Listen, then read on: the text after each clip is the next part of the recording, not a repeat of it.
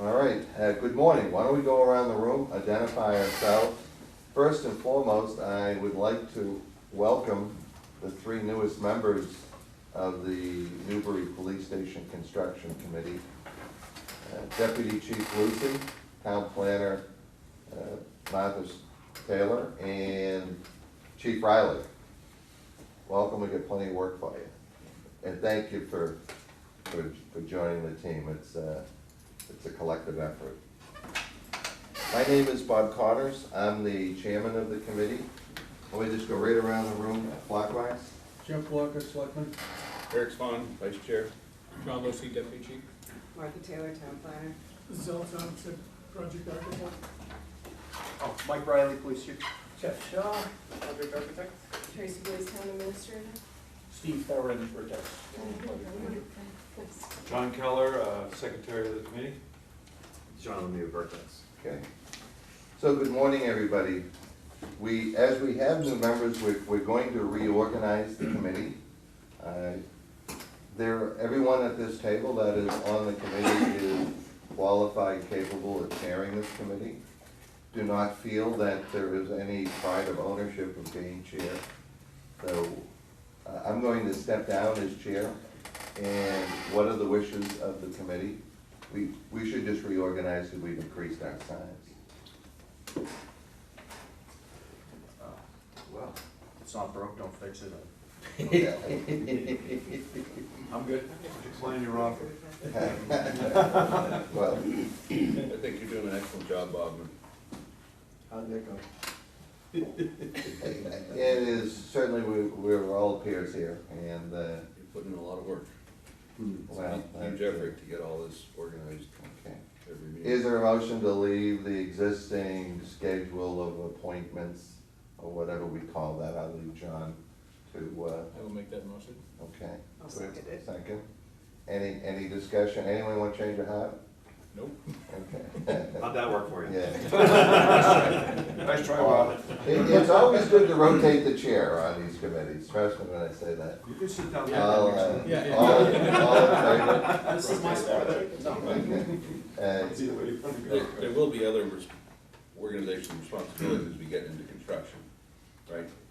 That will need to be.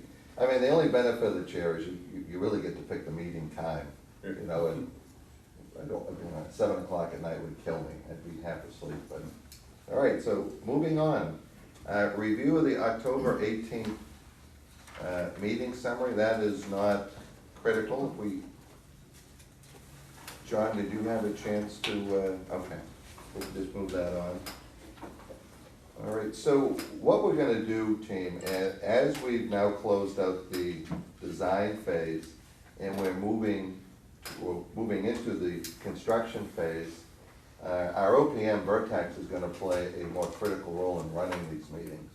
So typically, I think what we'll do is, the chair will open up the meeting, take care of all the house, sundry matters and housekeeping issues, and then turn it over to the Vertex team. Why don't we jump right back into due diligence? Tracy, at the last Board of Selectmen's meeting, you were going to reach out to your counterpart in Drake. Certainly, our initial references on low bidder and second bidder seemed to have high marks. Low bidder had kind of a mixed bag where one of the references was glowing, the other was concerning. Why don't you take over from there? What did you find? I did reach out to my peer in Drake, and she provided some documentation. I distributed it to the membership. It was, I would say, of concern. You'll see in your packet, it's identified as Johnson Roberts Associates. It is a summary and recommendation from the project architect and Drake. And there is a copy of the May 15th minutes from our building committee counterparts in Drake.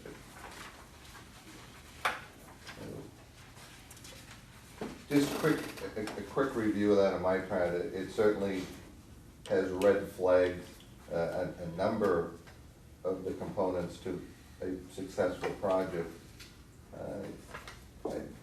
Jeff Shaw and Zell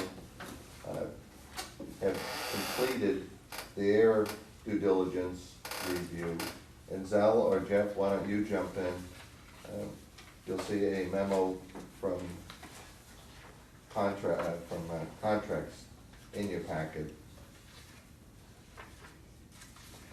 dated October 30th. So, basically what we did after we, received the DCAM information that's on file regarding closed projects, from Vertex, we then proceeded to issue and compile a survey of projects that were listed in their DCAM updates in the bid part of the bid package, in order to get more information on their performance on the ongoing projects that are not completed as to date. And those surveys were sent out electronically and were responded to by a number of people for both contractors. And there were some favorable reviews, but there were some negative reviews regarding BC's performance. Several stood out as being quite negative in response to how their performance. So the next step, after receiving those written responses, we proceeded to call and have phone interviews with the architects or designers that were involved with these projects, as many as we could get a hold of, and spoke directly with people that actually were working on them. We had several favorable responses on some of the projects that BC was doing. Those tended to be renovation projects where they felt that they seemed to be doing a good job in terms of trying to deal with all of the various sundry problems that renovations have.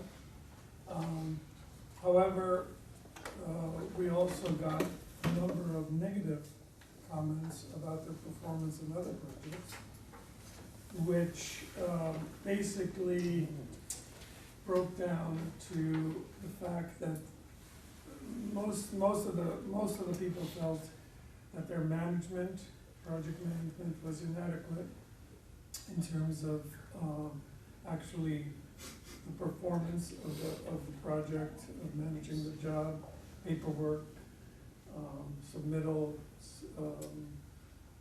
change order executions, a variety of actual process issues.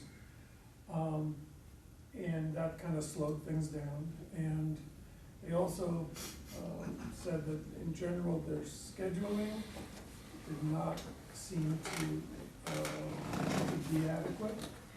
And in fact, it lagged quite a bit. In all, some of the responses were highly negative, where the architect said that, basically they suffered as a result of having to manage this project, which went way over their scheduled contract time. And some of the issues have resulted in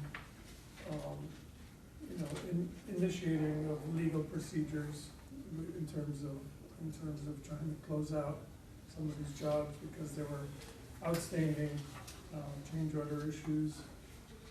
So I'd say that there were more negative responses to our phone surveys than there were positive responses.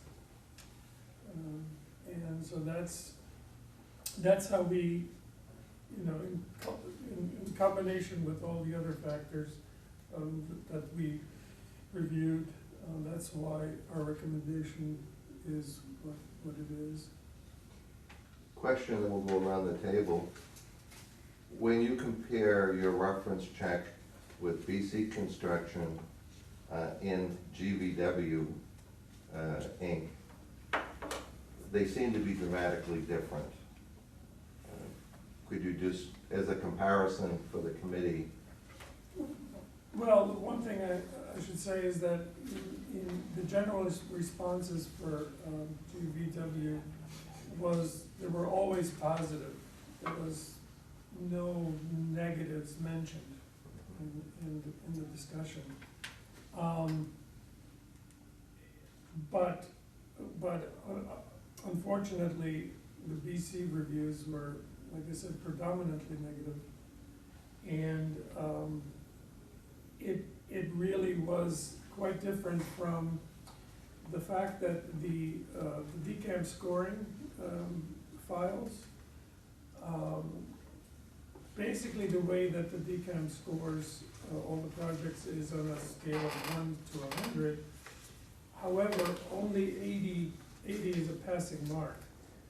And what happens is that the responsible parties who file the reports, which are the owners or the owner's representatives after the completion of a job, they tend to try to make the best, everything in the best light for the contractors, because after the project is completed and if the community is happy with the job, they will do their best to make sure that the contract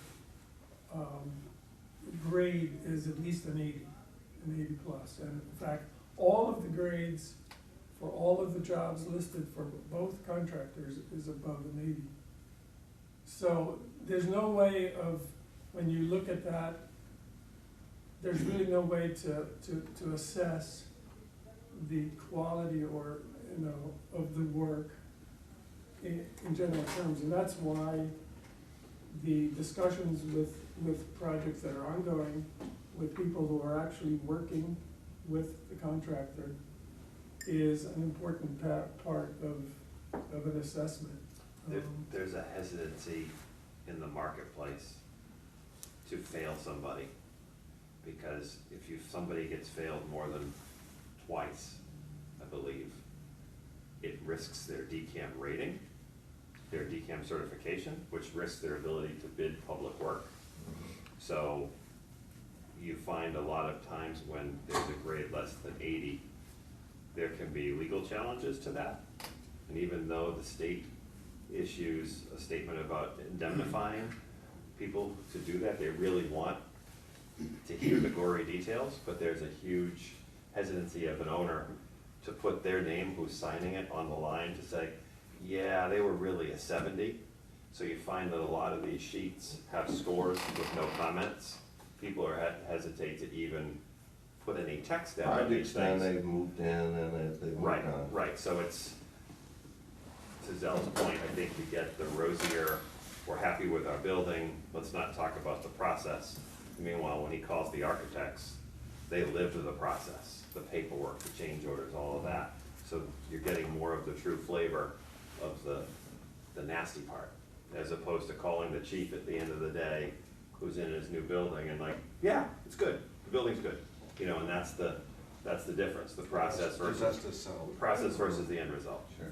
That's why I sent stuff about TLT, prime example of a contractor who was just not nice to have any. I mean, one of the high points for BC was they finished a failed project. Those are usually pretty hard to do, and to get the glowing response was pretty impressive. Zell, is it safe to say that the DCAM rating and the DCAM files are on completed projects? Yes. But your due diligence, and Tracy, your follow-up is on work that's in process or it's scheduled to be built. And so neither of those would have landed in That's correct. DCAM or in their rating. So I think that's the gray area that we're looking at.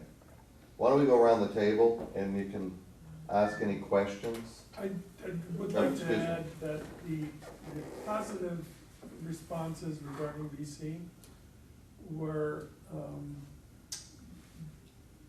based on the fact that when there was involvement by the owner in these projects, the few that had positive feedback, those projects seemed to go well, and they were okay with those jobs. So it seems as though when a project is being properly attended to by management, that those projects seem to go better. Some of the negative aspects of the other jobs were as a result of a lack of management and a lack of on-site supervision, and that certainly spells out all the other problems that could happen along the way. If you don't have enough eyes and on the project, it's always gonna be a problem. I mean, when a contractor is spread thin, trying to manage a number of projects, that's the typical end result. Eric, why don't you start, we'll go with the committee, then we'll fall into selectmen and town administrator. Sure. In reading through the due diligence and through my own experience with construction, I mean, schedule is the driver. It's getting lots of different companies to come together to do stuff, and if somebody messes up the schedule with their own work, it has a knock-on effect with somebody else. And as soon as that schedule gets messed up, then the other trades are less likely to show up in time or show up with the right crew, because they're now losing money or put out of place. And so scheduling is a huge part of that. Also, it depends on the team. I mean, I've worked for several, I'm the architect, so I'm usually battling the contractor, sometimes battling. You notice the choice of words, battling. That was polite. That was polite. That's what I was commenting on, it was Okay. far more cordial than usual. I didn't say body slam or wrestle, but it depends on the team. So I've worked with several companies several times, and I've gotten the dream team, and I've gotten the L team. And so it depends, it could depend, or if we have a chance to interview who we're actually working with. That some of these projects, I'm not sure if it's actually in here, and to get down to that level, but there could be a bad team that follows BC, and they could have a good team, and that's where the comments come from. Okay. John, what, He asked the question I was gonna ask. Which is what, no, we'll be fired. I don't have any, I'm right now observing. Martha, I know you have some good stories for us, and Yeah, similar experiences, or, Yeah, I've got some, being this, thank God it's not Halloween that we're holding our meeting, pretty close though. but yeah, I've got, having been an architect doing, construction administration on a public project, I do have some horror stories, and it's been sounds similar to this, where, the contractor was, very combative, and had issues with scheduling, issued a lot of change orders, and it was a very, difficult relationship between the owner, us as the architect, and the contractor, and it costs a lot of time and money. And so hearing, this sort of raises ghosts for me, hearing this kind of a review, just because I've lived through that process, and it's very, as I said, it can be very costly and very time consuming, and cause delays on the project, and delays are money, so, it raises some flags for me.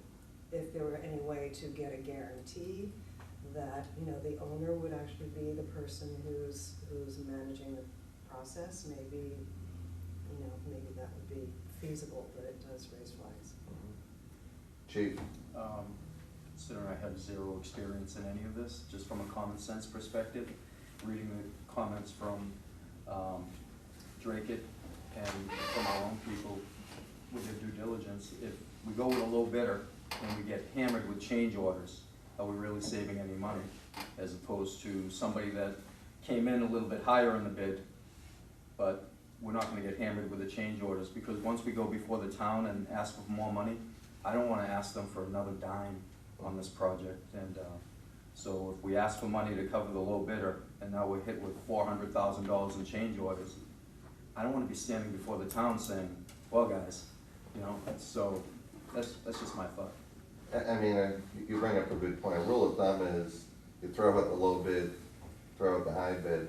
We have, I think we have, what, 3 bids right in the middle that are all within $50,000 of each other, which probably gives us a good sense that that's where the market cost is at this.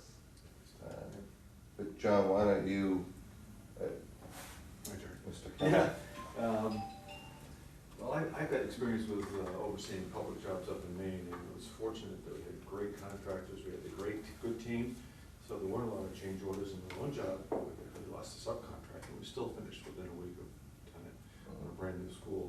And that's commenting on good teams, good players. When I do private work, I try not to have the owner pick the contractors, because I don't want the guys that I know are gonna be good, and I know the teams that they're gonna bring to the table too. Because you can get a good team and a bad team from the same contractor. Having read this, it reminded me of an old firm called Barton Construction out of Newton. That's where they made their money in the courtroom. You just beat the job up, got it low, and you speed it up throughout. And TLT is no longer in business. I mean, if you can just go and Google them and just have a day of reading to see the bad stuff that goes on, and it has this flavor right here already. I don't think you're gonna be able to interview and guarantee that Mike Crestler's gonna be the project manager, especially if he's got 4 or 5 other jobs going on. So, they do support, context findings on, you probably should move on from that.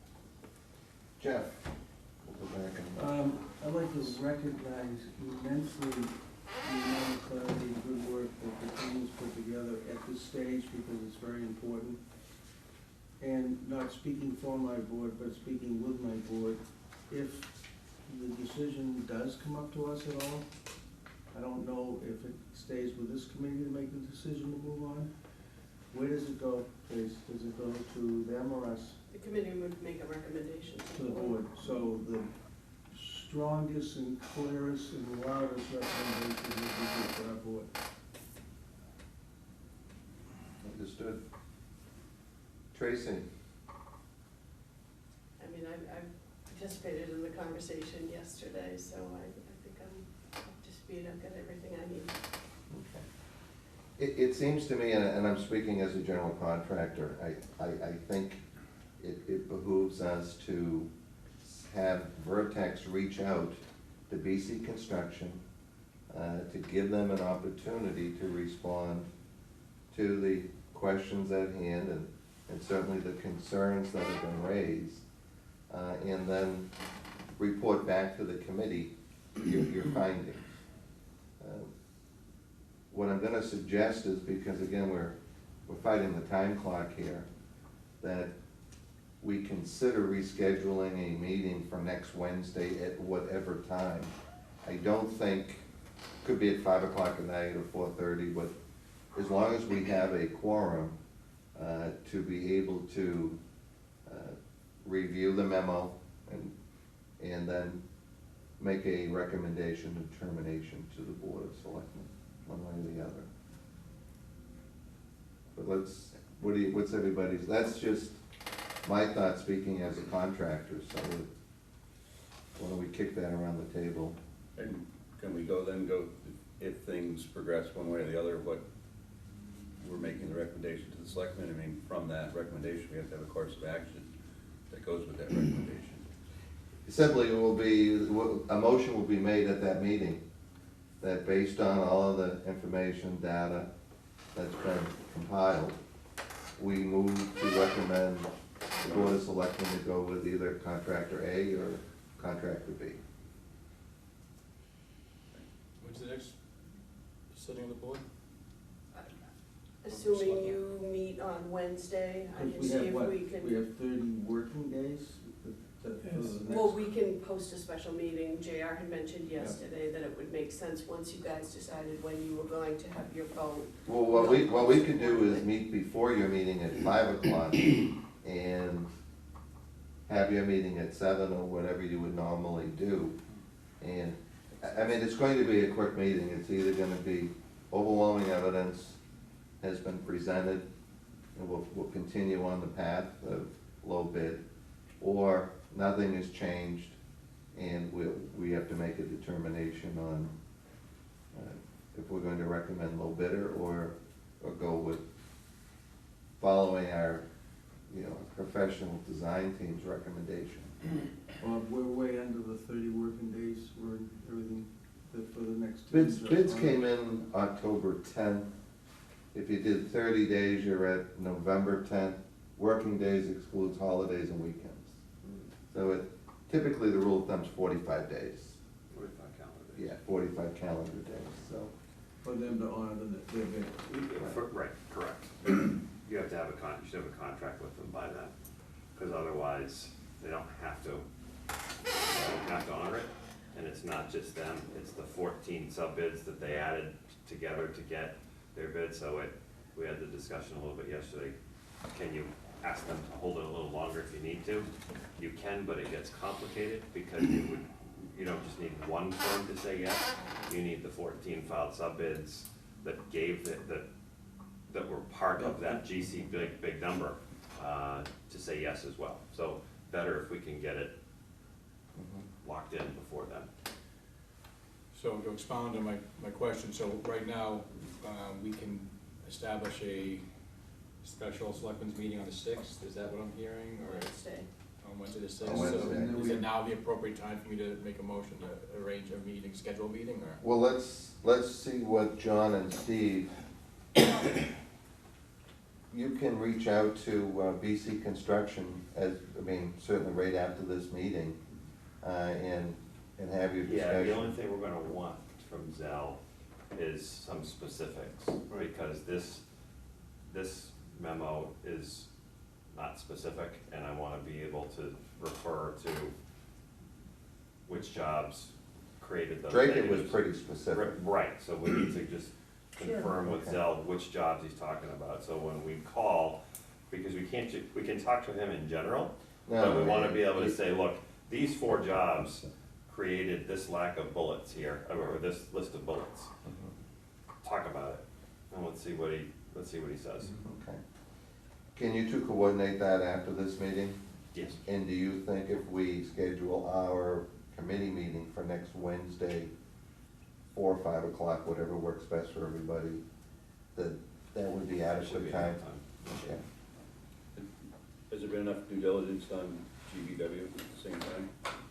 Yes, Just asking if we're moving quickly and something was to happen, have we done it all to be able to have all the information in front of the us? design and OPM team have direct experience with GVW, and Zell's due diligence came in that it was. We did the same amount of checking for both firms. Okay, good. I think the big difference was GVW will submit a change order when the owner adds scope, or there's a legitimate whoops on the plan. That's pretty accurate, John. I should add that one of the comments by one of the architects was that one of the ways to manage the process is not to have any kind of significant changes in the project. For which firm? Just stay, BC or? for BC, just stay with the drawings and specs as they are, Don't make any and changes. do not make any changes during the process. Just push them and hold them to the line. That was a quote. Because once you make any variation from what was in the documents, And or is boxed Change. on. Floodgate open. Is that realistic in a project? Well, I think what he's probably referring most to is owner changes, things that you have some variability Yeah. and preference for. Obviously, you can't control things, unforeseen things. You decide later you wanna add a door, and you expect it to cost 2,000 and it costs 10. And the Right, other so thing, just throwing numbers at it, but that's, I think, what. Your pistol range is out of the question, okay? Bowling alley's still in, right? Yeah. the other thing that happened with these change orders is that a firm that doesn't have enough staff, getting the actual change order put together and presented to the Yes. owner could take months. Yes. And And so it's anything you want, like, oh, you think, oh, well, they haven't framed it, And all it's that, I after can the get the fact. door in cheap, Yeah. is gonna, the drywall's gonna be on before you get the change order to act upon. Right. That's a sin. So does Wednesday, I'm not sure what the date is, Sixth. so 11, 6, 20. Does 5 o'clock make sense for everybody? Eric, I know that might be a challenge for you. Yeah, I've got afternoon meetings, so maybe, but But you could call in if you wanted to, we'd still have a quorum of members. I mean, we try to work around town employees, that would be still, either you stay a little extra or you're still here on Wednesday. John, how's your schedule? I can do it. Okay. Well, why don't we move to schedule our next meeting in the committee, I was gonna say. November 6th at Town Hall, Kent Way, at 5 PM. And I'll post that. We have time, Tracy, right, to do that, 24 hours? 48 hours, Yeah. I have, If it gets posted on Monday, you're fine. okay, I'll have it in Leslie's inbox, Before five. yeah, by the end of the day. Okay, I think that way there we have a plan in place, I think we can conclude due diligence at that point, and we'll see where it goes. I have a procedural question, I think maybe Ms. Lemieux, I'll address it to you. If we move forward and you decide that you would move to approve DPW, working within our tight timelines, let's just assume there was a bid protest, can we enter into a contract? I asked this question to the Attorney General yesterday. Okay, They suggest that you don't, but you don't have to follow their recommendation. great. Yeah. Yeah, super, Yeah, I know. that's just what I And this is Deb Anderson, Right, who's right. really wonderful She's about this great, stuff, and yeah. she emailed me back at like 6:45 last night. So they suggest no, but ultimately, doing the math on our timeline, Right, October 10th, if I add 30 working days, it's November 22nd.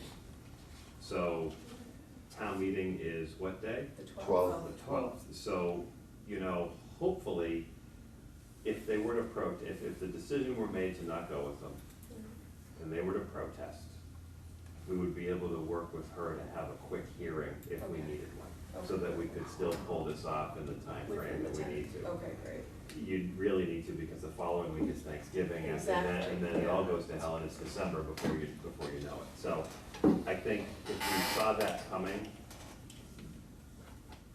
we've talked to her about this project 2 or 3 times now. So Okay, so she's aware. aware of it, and I will bring her up to speed once the final decision is made next week, to say, okay, I need your help with this, can you expedite if you, Yeah. if you have to?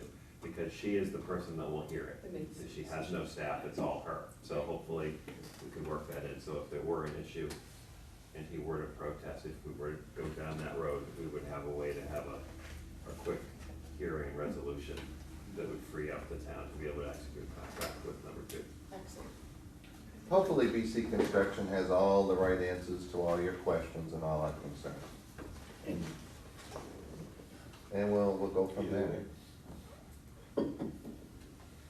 All right, I think at this point, John, why don't you take over? If you look at the second page of your packet, John and Steve are gonna walk us through, I mean, for us in the business, these are just standard next steps, but I think there's some benefit to walking through the process for our non-construction members and attendees.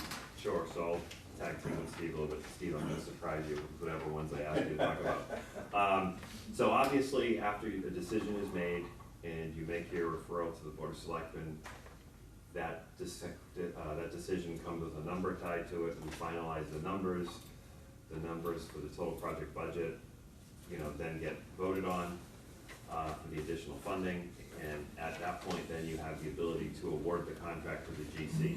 So what will happen is, The contract form will be filled out for whichever firm that is, will be sent over to them.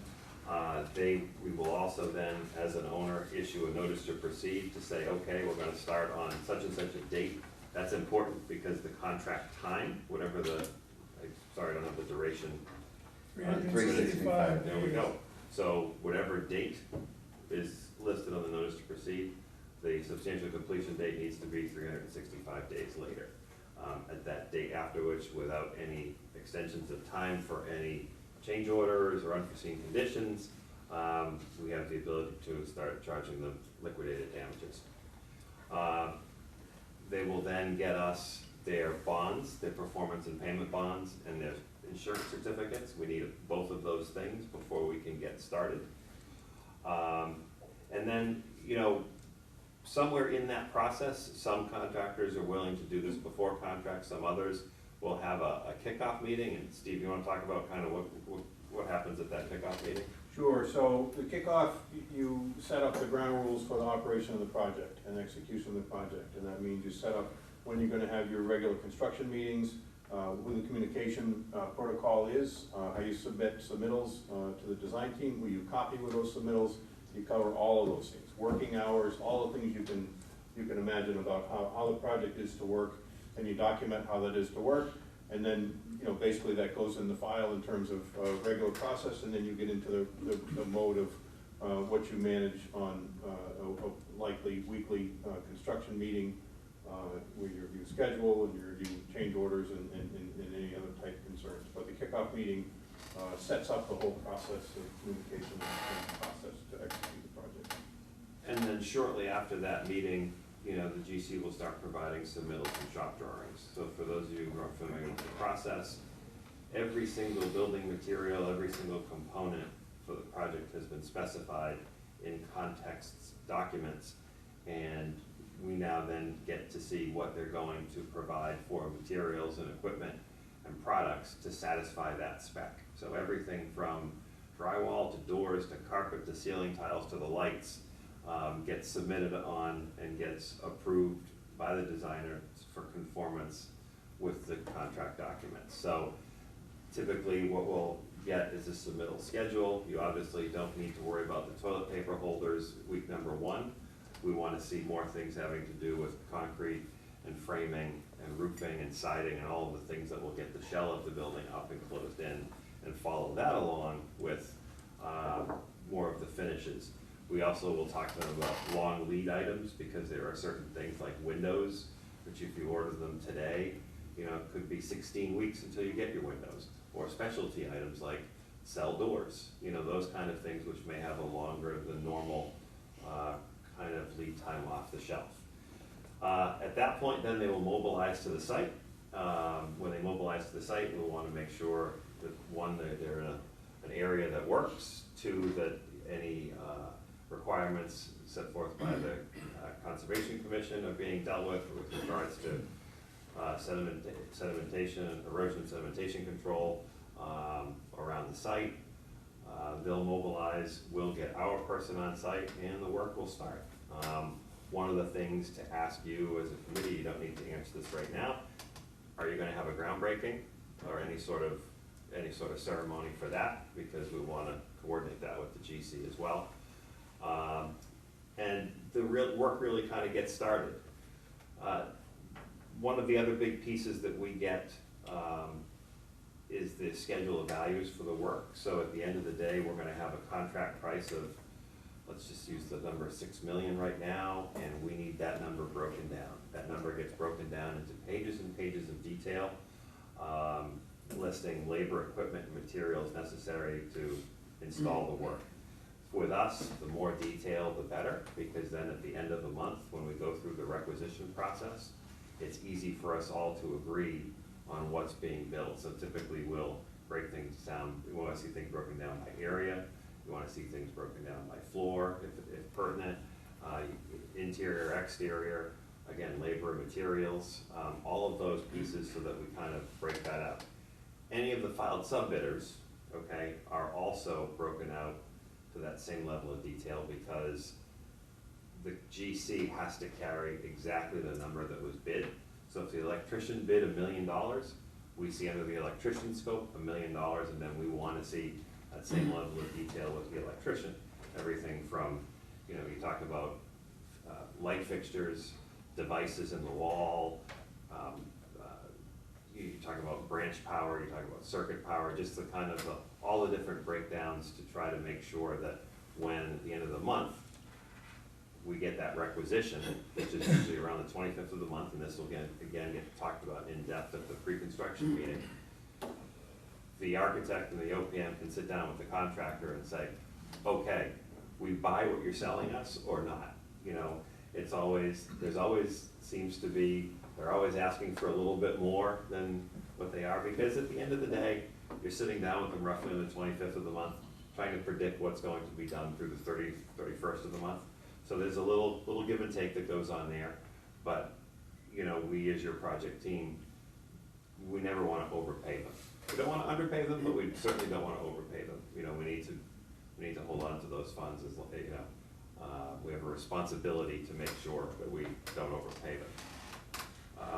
John, I'd just like to add one thing. Sure. That's not mentioned on this list, that doesn't matter, it's not mentioned, but it's also important, and that is to get the project schedule resolved, because one of the major issues, as we all know and we've talked about, is getting a responsible, logical, sequential, Right, no, workable it's a great point. project schedule from the contractor. It's a great point, and that's actually, there's actually a requirement in the specs that is a submittal that needs to be submitted and Right. approved by the project team so that it makes sense. And updated monthly. And updated monthly, so basically, to Zell's point, you wanna make sure it's logical, where we start to get concerned, if everybody's seen them, you see these nice Gantt charts, and it looks like a set of steps going down. We get concerned as your representative if that schedule starts to get really steep, meaning it's called stacking of trades, because a contractor can say whatever they want on this document, but the reality to all of us is if all of these things are supposed to happen at the same time, that translates to a lot of men and women in the building working at the same time, and then nobody's efficient. So we wanna make sure that the durations that are put out there are logical, that the schedule for time of year makes sense, so that all of these things, that the logic, is there and sound. And if it's not, we wanna make sure we address that early on. We will also request from them at the kickoff meeting that they provide look-ahead schedules every time we meet as well. So you've got that master schedule that's kind of the whole project soup to nuts, but on a weekly basis, we wanna know, what are you doing next week and the following week? And then we're looking at that info and comparing that to the overall schedule to make sure, okay, you're showing me this, but this says that, and we're a month into the job and we're a week behind already, why? What are you gonna do to fix it? So we wanna make sure we're staying on top of that schedule to make sure that obviously that ultimate end date stays locked in. They really need to identify the critical path items. Right.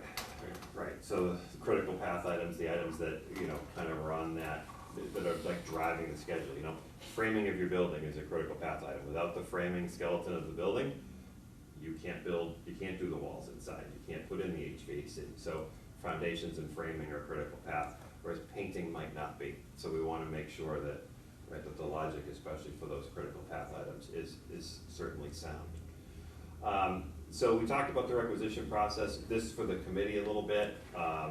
When the requisition is finally submitted, everybody agrees, the contractor will give it back signed, the architect will certify it, they'll give it to us, we will put our recommendation on it, and we will turn it over to the town.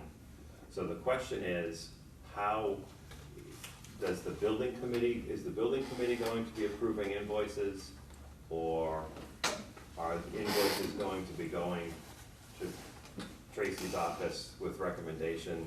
Like, what have you guys thought about that? Clearly, if there's a change order, we would wanna come and talk about that stuff with you. And so change orders is another thing we'll bring up in a second, but has there been, how do you guys wanna handle the rec process? They would be approved, it would require the majority sign off of the committee members, and then they'd go to me for processing. So we can either do that through regular regularly scheduled meetings, or once we have it, kind of send it, we can send it out, however you guys wanna work it.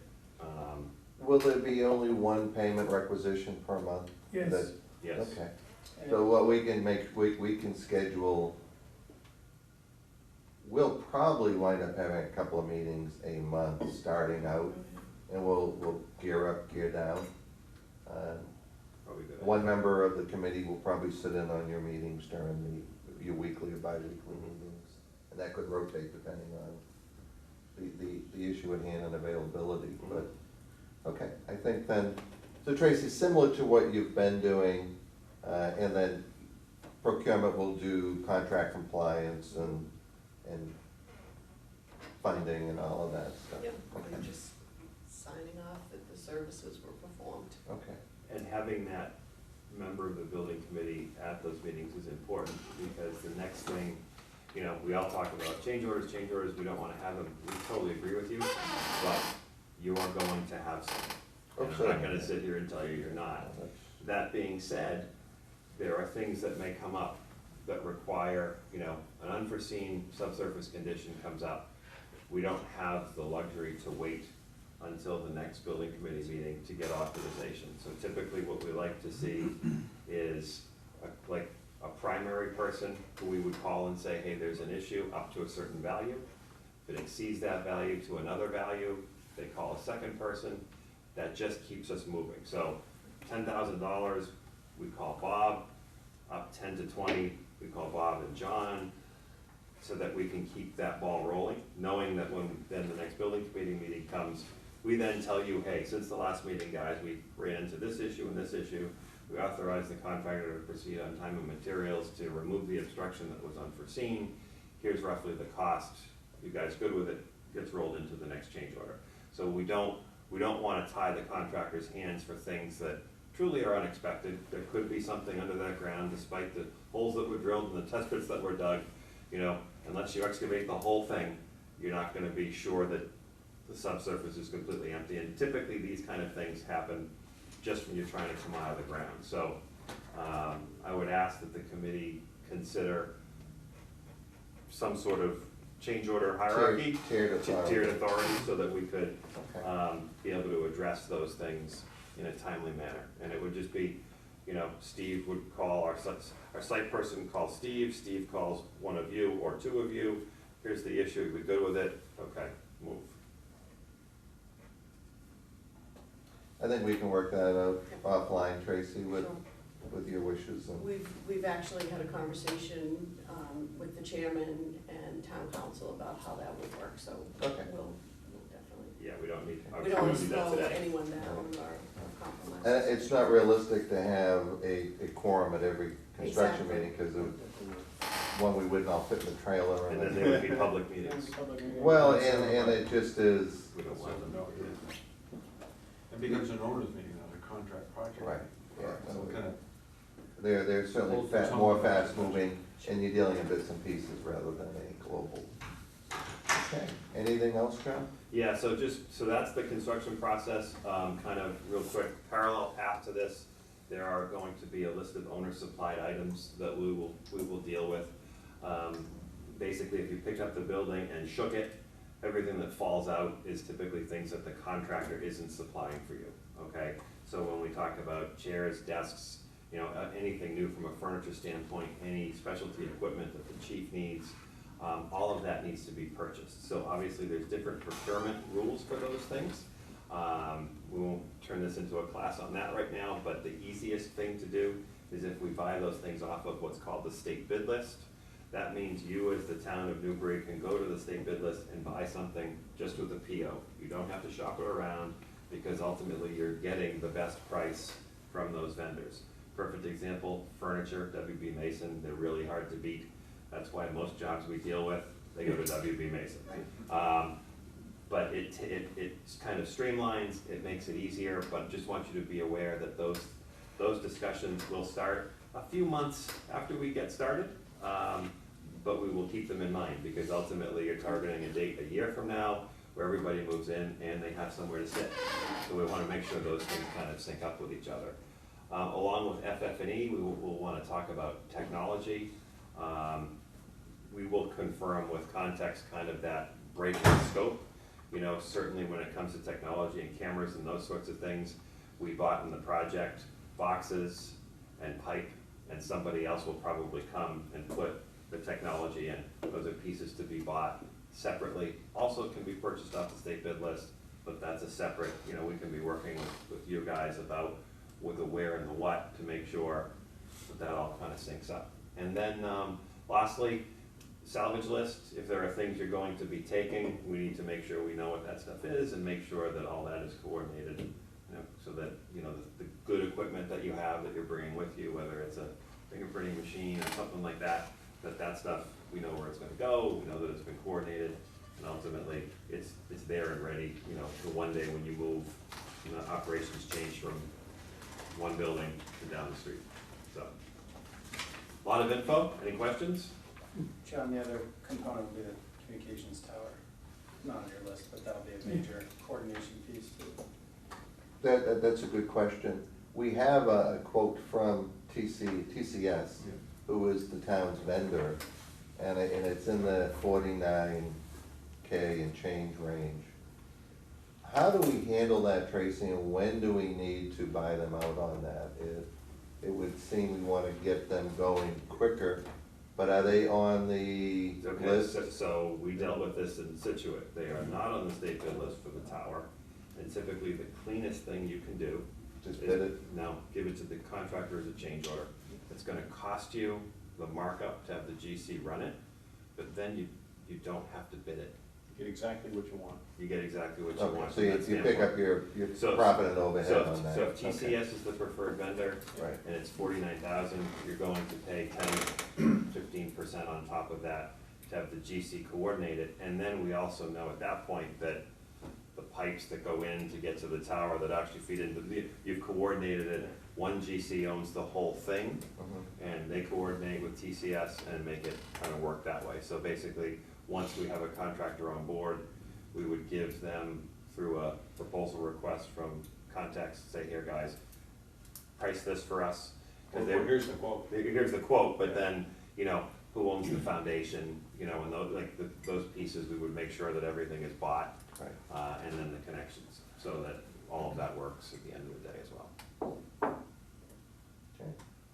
Go around the table, any questions? I'm good. Kirk?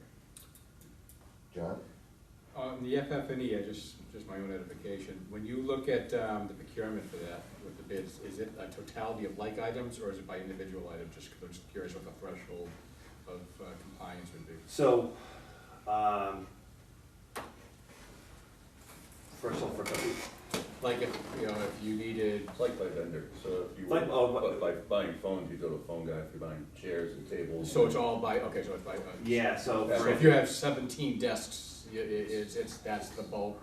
Yeah, so So basically desks, what a lot of chairs. these state lists are really, if you look, if you can weed through the levels on the state's website, Yeah, what they're really doing is the contract is basically a steep discount based on volume. right. So it's not that they will price it, and then when we would get that price back, we would go back and double check and make sure, okay, on desks, you get 20%, on chairs, you get 15, to make sure they're kind of complying with that whole thing. Sure. Typically, what will happen is we'll end up with a vendor for office furniture, but then we'll end up with a vendor like Donegan, who will do like lockers and that sort of stuff. Zeller, are officers' lockers with the GC? Yes. Oh, great. Oh, that's wonderful. Makes life easier. Yeah. Mm-hmm. Does that answer your question? It does, actually. Okay. Good. But your procurement would still be 5, 15, 25,000, whatever your Yeah, procurement we'll work. requirements are, okay. Actually, Yep. you don't have to worry about Yeah. that. with- Well, if they're not on the. Yeah, if they're not, right, if they're not on the list, right, we've gotta do the whole bit. Right, yeah. Martha, let's go right around the table, what comments, thoughts, I think I'm all set, I think, yes. okay. Chief? I'm good. Chief, you should be saying, when is it gonna be done? That's your Yeah. job. Let's get the money first. Oh, yeah. 365 Let's get the money days. first, and then I know, Yeah. then we'll have some certainty. I know a year from now, we'll be good. Tracy, any questions? All right, John. We wanna talk about utilities like power and gas, getting those rolling, cause those always stall a job, so. And that's probably inside. I do know for a fact that our engineers have initiated contact with power companies, so that's already in the works. They know that the job's been, as you know, through that. Sure. So Yep. that's all been set up. There shouldn't be any foreseeable delays in that activity. I understand. That's why it's So already. it's all set, you said. It's all set, okay. You said that. You're recording. The contact, the connection has been made. Yeah. We've all What's the seen the powers that National be? Grid load data that they was requested, and is National Grid both gas and power here? Or, Yes. Yes, Eversource, yeah, okay. yeah. Yeah. okay, Out of Waltham? Or North Andover? well, North Andover. North probably out of Berkshire, London, or England. No. Well, it's just. I think it's a point well taken, John, and Yeah. and our Vertex team will be right on top We'll of start that. right away. Okay, all right. Any other questions on John's presentation? All right, let's just go back to the original schedule. So, town meeting presentation and review. There's always two approaches to a town meeting presentation. If this was the first time this project was being introduced, I think the in-depth, full-bodied presentation would be the way to go. Where this has been kicking around for at least Ever. my first peek. The first time that the chief and I were on a committee was 2012, looking at this. I think more of a updated, consolidated presentation is in order, but I mean, there's many ways. There's always a number of questions that can be raised. Do you address those all in advance in the initial presentation, and then you have no questions? Or do you make your presentation short, sweet, let's vote this thing, and then answer questions as they are presented? If you have the secret sauce to that, write the book, you will be very rich, but.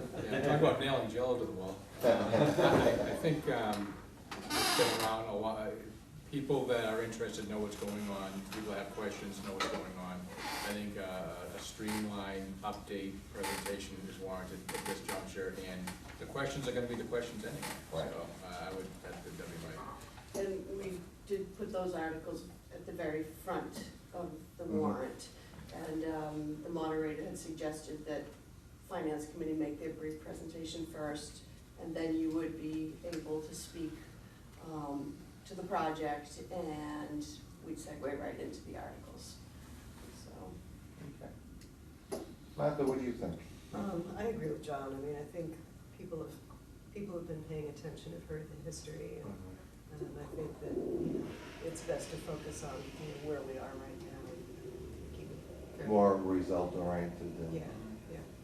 I mean, I think what we've all learned, including all our counterparts, fellow residents, is time is of the essence, and I mean, I think all of us just shake our head that the escalation in cost over relatively short period of time, rather than, never mind going into years. It's time for progressive conversation, not regressive, and I think trying to catch up with people. Yeah.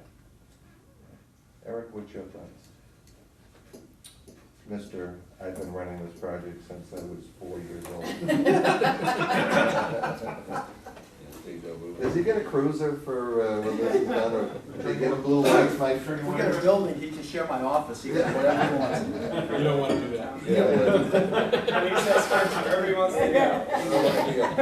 Visitors, but, yeah, I mean, there's gotta be a quick summary of just where we are, but the meat of the issue is what the bids are and what the climate is, and have an understanding about that. So it seems to me then, the executive summary that we presented to the Board of Selectmen, it was short, sweet, it gave everything, was in executive summary form.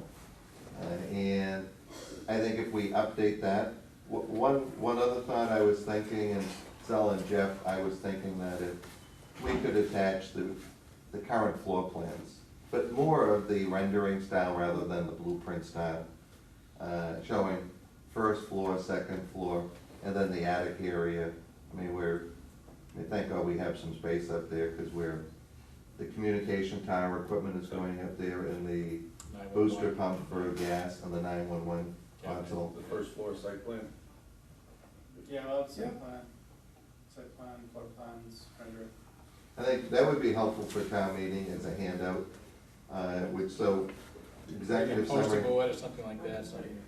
Well, I think what we'll do is we'll attach it to the finance I committee was just gonna report. say, if we can get it by, end of week next week, finance committee will have an opportunity to vote, I can put it all together in the booklet, so. I mean, I think I can have both versions of the executive summary, pending our decision on Wednesday. If you could get the floor plans and a site plan. And again, we don't need all of the meets and bounds and all that, this is just, No, this is the picture. yeah, exactly right. And I think that would give everybody the information they need. It may be still the original rendering that we selected, that was approved at town meeting, I think that was number one. Yep, Yeah, definitely. yeah, I'm wondering, do we want boards as well as a handout, so people? Well, I think we have the site plan, Right. we have the board, we can put those up. But you know what, if you're sitting there going through everything and you have it in your hand, You gotta look at it. I mean, my sense is talking to people, they're ready to vote on this. We'll find out the success of town meeting, but I think, I'm proud of our community because universally, everyone agrees we need a new police station. And that was a milestone in itself. And then we all agreed that it should be standalone on Morgan Avenue.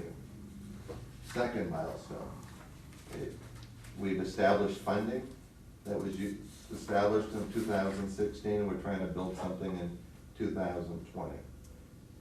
That will be the next milestone we'll undertake at town meeting. Okay, so Jeff, Sal, can you get that stuff to me sooner rather than later? Yep. Okay. There is no need for the design or the OPM team to attend that Wednesday meeting as long as you can get us the memo. Yep. Does everyone agree on that? I mean, I think it's gonna be a thumbs up or a thumbs down. At that point, there's no reason to. Always confident with the top right. All right, so project schedules, all phases. We shared that at our last meeting. It was in the executive summary. I would think that barring a protest of some sort, and, that brings up one question. Contractor files a protest.